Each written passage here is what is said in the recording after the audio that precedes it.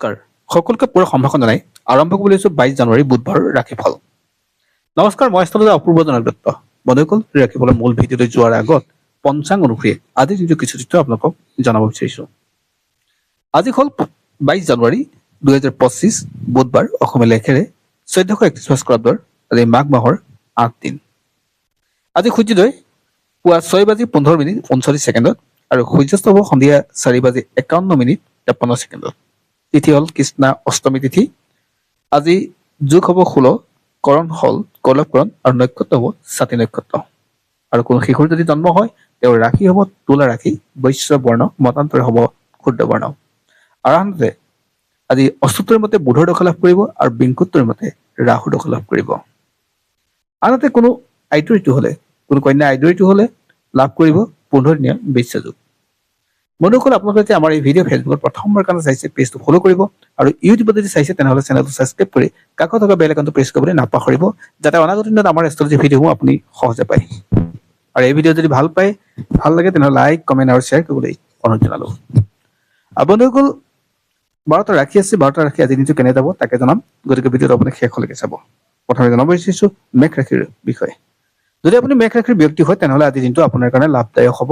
আপোনাৰ কৰ্মস্থানৰ প্ৰগতি আৰু পদোন্নতি হোৱাৰ যোগ থাকে। গতিকে আজি দিনটো আপোনাৰ কাৰণে পজিটিভ চিন্তাই আপোনাক ধৰি ৰাখিব আৰু নতুন কাম আৰম্ভণি কৰিব পৰাকৈ সুন্দৰ আজি মুহূৰ্ত আছে। পতি পত্নীৰ মাজত আন্তৰিকতা বৃদ্ধি পাব আৰু স্বাস্থ্যৰ উন্নত হ'ব। ইয়াৰ ভিতৰত কিছু বিষ ৰাখিলে, যদি আপুনি বিষ ৰাশিৰ ব্যক্তি হয় তেনেহ'লে কথাবিলাক কওঁতে কাম কৰোঁতে আপুনি সাৱধান হ'ব। আজি কথা আৰু কামৰ মাজত কিছু ক্ষেত্ৰত পাৰ্থক্য আহিব। মনৰ ভবা কথাবিলাক আপোনাৰ সহজে হৈ নুঠিব বা সমস্যাত পৰিব। মাটি বাৰী সংক্ৰান্ত হওক, পইচাৰ সংক্ৰান্ত হওক, বৰ ডাঙৰ ডিচিশ্যন আজি নোলোৱাই ভাল।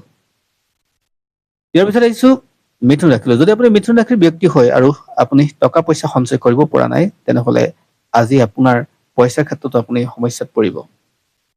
অৰ্থাৎ পূৰ্বৰ দিনৰ দৰে আজিও আপোনাৰ ক্ষেত্ৰত কিছু সংশয় আৰু শংকিত হোৱাৰ যোগ থাকে। টকা পইচা লওঁতে হওক, কাম পইচা দিওঁতে হওক বা মানুহক কথা কওঁতে হওক, আপুনি সদায় চালি জাৰি চাই কৰিব লাগিব। বহু ক্ষেত্ৰত আপোনাৰ আজি সম্বন্ধৰ ক্ষেত্ৰত দিগদাৰ আহিব পাৰে। সম্বন্ধ পৰিয়ালৰ মাজতে হওক আৰু বা পতি পত্নীৰ মাজতে হওক বা বন্ধু বৰ্গৰ মাজতে হওক সমস্যা আহিব। আৰু ঠিক তেনেকৈ স্বাস্থ্যৰ ক্ষেত্ৰত আপুনি সাৱধান হ'ব লাগিব। আৰু আৰ্থিকৰ কথাটো ক'লোৱেই, গতিকে সেই ক্ষেত্ৰত আপুনি সাৱধান হ'ব। ইয়াৰ পিছত আহিছো কৰ্কট ৰাশিলৈ। যদি আপুনি কৰ্কট ৰাশিৰ ব্যক্তি হয় আপুনি ৰাজহুৱাভাৱে স্বীকৃতি পোৱাৰ যোগ থাকে বা কৰ্মস্থানত আপোনাৰ পদোন্নতি বা স্বীকৃতি পোৱাৰ যোগ থাকে। আজি ছাত্ৰ ছাত্ৰীসকলৰ কাৰণে যথেষ্ট ভাল দিন। আজি পজিটিভ হ'ব আৰু যি কাম কৰে তাৰ ভাল ৰিজাল্ট পোৱাৰ যোগ থাকে। ইয়াৰ পিছত আহিছো সিংহ ৰাশিলৈ। যদি আপুনি সিংহ ৰাশি ব্যক্তি হয় তেনেহ'লে আজি কিছু কষ্ট অনুভৱ কৰিব। আজি পিতৃ মাতৃৰ স্বাস্থ্যৰ ক্ষেত্ৰত আপুনি অলপ সাৱধান হ'ব লাগিব। আৰু নতুন গৃহ কাম যদি আৰম্ভ কৰিব বিচাৰিছে আজি দিনটোত নকৰাই ভাল, বহু ক্ষেত্ৰত কষ্ট আহিব। আৰু পইচা পাতি আপুনি খৰচ কৰোঁতে আপুনি অলপ সাৱধান হ'ব লাগিব। বৰ এটা পজিটিভ নাথাকে আজিৰ দিনটো, কিছু দায়িত্ব বাঢ়িব। ইয়াৰ পিছত আহিছো কন্যা ৰাশিলৈ। যদি আপুনি কন্যা ৰাশিৰ ব্যক্তি হয় তেনেহ'লে আজিৰ দিনটো আপোনাৰ কাৰণে ভাল খবৰ, ভাল বাৰ্তা আহিব। আৰ্থিক স্থিতিৰ পৰা আৰম্ভ কৰি কৰ্মস্থানলৈকে সকলো ক্ষেত্ৰতে ভাল হ'ব। আৰু যিসকলে ৰাজনীতিৰ লগত জড়িত বা সমাজ সেৱাৰ লগত জড়িত হৈছে তেওঁলোকে স্বীকৃতি পোৱাৰ যোগ থাকে, তেওঁলোকৰ কাৰণে পজিটিভ আহিব। ইয়াৰ পিছত আহিছো তুলা ৰাশিলৈ। যদি আপুনি তুলা ৰাশিৰ ব্যক্তি হয় তেনেহ'লে দায়িত্ব কিছু বাঢ়িব আৰু নতুনত্ব পাব। পঢ়া শুনা কৰা সকলৰ কাৰণে বৰ এটা পজিটিভ নাথাকে। ৰাজ সাহায্য লাভ কৰাৰ যোগ থাকে আৰু ব্যৱসায়ত আপুনি অলপ আজি গুৰুত্ব দিবলৈ যত্ন কৰিব। ইয়াৰ পিছত আহিছো বৃশ্চিক ৰাশিলৈ। যদি আপুনি বৃশ্চিক ৰাশিৰ ব্যক্তি হয় তেনেহ'লে আজি দিনটো আপোনাৰ কাৰণে যথেষ্ট শুভ হয়। পৰিয়ালক কিছু সময় দিলে আপোনাৰ কাৰণে আৰু লাভৱান হ'ব। পতি পত্নীৰ মাজত আন্তৰিকতা বৃদ্ধি পাব। প্ৰেমিক প্ৰেমিকাসকলৰ ক্ষেত্ৰতে একেই হ'ব। যশস্যা লাভ কৰিব আৰু শিল্পীসকলৰ সুনাম থাকিব। আৰু ঘৰুৱা আন্তৰিকতা বৃদ্ধি পাব আৰু মাটি বাৰী প্ৰপাৰ্টিৰ লগত কামবিলাক আপোনাৰ হৈ উঠিব। ইয়াৰ পিছত আহিছো ধনু ৰাশিলৈ। যদি আপুনি ধনু ৰাশিৰ ব্যক্তি হয় তেনেহ'লে আজিৰ দিনটো আপোনাৰ কাৰণে লাভদায়ক হ'ব। আৰু যিসকলে কোৰ্ট কাছাৰীৰ লগত জড়িত কাম কৰি আছে তেওঁলোকৰ কাৰণে লাভৱান হ'ব। বেংকিঙৰ লগত জড়িত ব্যক্তিসকলৰ ক্ষেত্ৰত লাভৱান হ'ব। আজি নতুন কাম আৰম্ভ কৰিব পৰা আপোনাৰ যোগ থাকে। আৰু সাধাৰণতে আজি আপোনাৰ সৃজনশীল কামবিলাকত আপুনি যদি মন দিয়ে তেনেহ'লে আপোনাৰ কাৰণে লাভ হ'ব। স্বাস্থ্য উন্নত হ'ব, ব্যৱসায়িক গ্ৰথ দেখা গৈছে। ইয়াৰ পিছত মকৰ ৰাশিলৈ। যদি আপুনি মকৰ ৰাশিৰ ব্যক্তি হয় আপুনি ঘৰৰ কথা শুনিবলৈ যত্ন কৰক। যাত্ৰাবোৰ বৰ এটা পজিটিভ নহয়। স্বাস্থ্যৰ ক্ষেত্ৰত অলপ সাৱধান হ'ব। গাড়ী মটৰ যাত্ৰা আপোনাৰ ক্ষেত্ৰত আজি বৰ এটা পজিটিভ নহয়।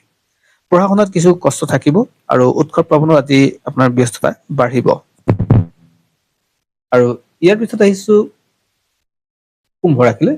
যদি আপুনি কুম্ভ ৰাশিৰ ব্যক্তি হয় তেনেহলে আজিৰ দিনটো আপোনাৰ কাৰণে ভাল। ঘৰত যদি মাংগলিক কাম আৰম্ভ হয় তেনেহলে আজিৰ দিনটো আপুনি কেতিয়াও মিছ নকৰিব। আজি আপোনাৰ কাৰণে ভাল দিন।